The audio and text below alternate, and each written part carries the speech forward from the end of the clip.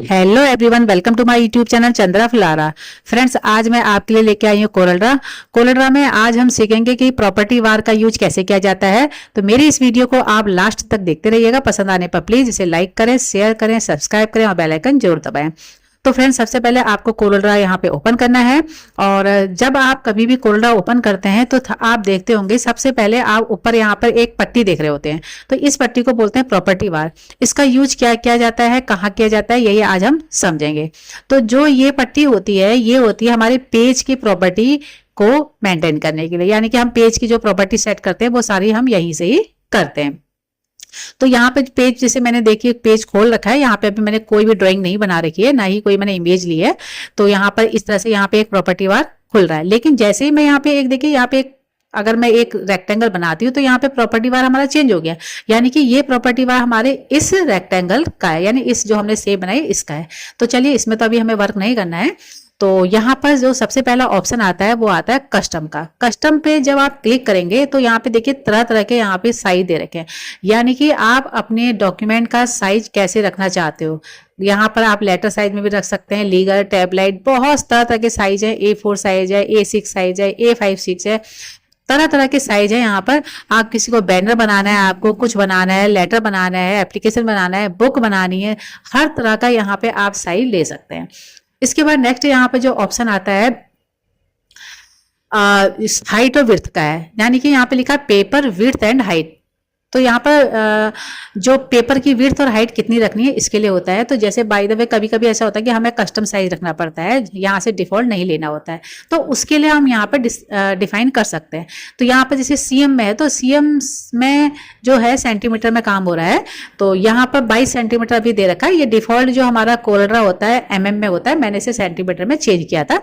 तो 22 सेंटीमीटर इसकी जो है हाइट है, विड्थ है, और लेंथ जो है इसकी 30 सेंटीमीटर है। तो इसे मैं चेंज करके आपको दिखाती हूँ। 22 की जगह अगर मुझे इसमें 20 रखनी है तो यहाँ पे हम 20 कर देते हैं, और यहाँ से 30 है तो 30 की जगह पे हम यहाँ पर कर देते हैं 25 कर देते हैं।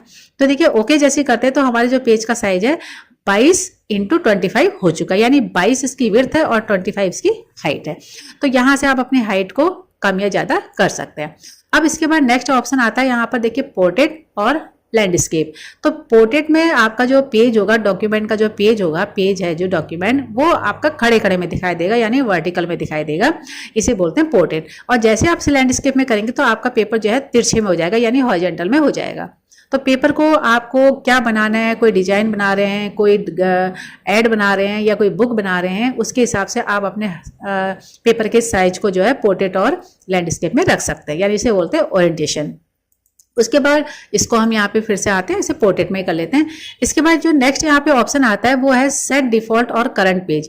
और इसके नीचे एक और ऑप्शन आता है, ये भी लिखा है सेट डिफॉल्ट और करंट पेज। यानी दोनों का अलग अलग मतलब है।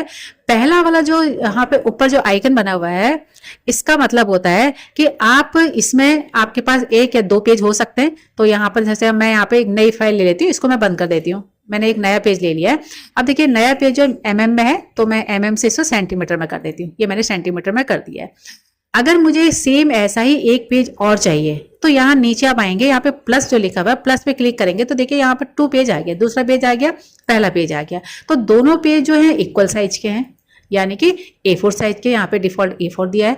तो अगर आपको दूसरा पेज, पहला पेज में A4 में काम कर रहे हैं लेकिन दूसरे पेज में A4 में काम नहीं करना है, तो उसके लिए आपको ये नीचे वाले ऑप्शन पे क्लिक करना पड़ेगा, सेट डिफॉल्ट और करंट पेज। अब इस पे क्लिक करेंगे। इस पे क्लिक करने के बाद इस पेज को जो भी आप साइज देंगे वो इसमें आ जाएगा। अब देखिए कैसे आएगा, जैसे 21 × 29.7 का है तो मैं इसे कर देती हूँ 20, और 29 को मैं कर देती हूँ 28। तो 20/28 का हमारा ये पेज बन गया। लेकिन पहला वाला पेज हमारा दूसरे साइज का था। तो देखिए पहला वाला साइज हमारा 21.0 और 29.7 cm का था। तो दोनों पेज का जो साइज है वो डिफरेंट है। और ये तभी पॉसिबल हुआ जब हमने यहाँ से सेट किया। अगर मैं पहले वाले ऑप्शन पे क्लिक करती, यानी कि सेट डिफॉल्ट और current page size and orientation का पहला वाला ऑप्शन लेती, तो इससे मेरे दोनों साइज इक्वल होते। लेकिन मुझे इक्वल नहीं चाहिए थे, इसलिए मैंने यहाँ से डिफॉल्ट साइज सेट किया है। आई थिंक आप लोग को समझ में आ गया होगा। उसके बाद नेक्स्ट आता है यूनिट्स। आप अपनी जो क्रिएटिविटी है किस साइज में बना रहे, इसे मैं बंद कर देती हूँ क्योंकि इसकी अभी मुझे जरूरत अब नहीं है। अब आ जाते हैं फिर से आप अपने पेज को कैसे किस में काम कर रहे हैं, सेंटीमीटर में काम करना चाहते हैं, मिलीमीटर में, किलोमीटर में, फिट में, यार्ड में, किस तरह से काम करना चाहते हैं वो यहाँ से आप यूनिट्स ले सकते हैं। जैसे इंच है, मिलीमीटर है, देखिए यहाँ पे बहुत सारे पॉइंट्स, पिक्सल और फिट है, यार्ड है, मिल है, किलोमीटर, जो बड़े बड़े जो बैनर बनते हैं वो किलोमीटर के हिसाब से बनते हैं। तो आप यहाँ से अपने यूनिट को सेट कर सकते हैं। उसके बाद यहाँ पे नेक्स्ट आता है नुज ऑफसेट। इसका क्या मतलब होता है कि जैसे जब हम कोई भी शेप बनाते हैं, ये शेप मैंने ऑलरेडी इसीलिए पहले से बनाई थी, इस शेप को यहाँ पर अभी देखिए बाय डिफॉल्ट 5 cm लिखा हुआ है, जो मैंने पहले सेट किया था इसलिए यहाँ पे 5 cm आ रहा है।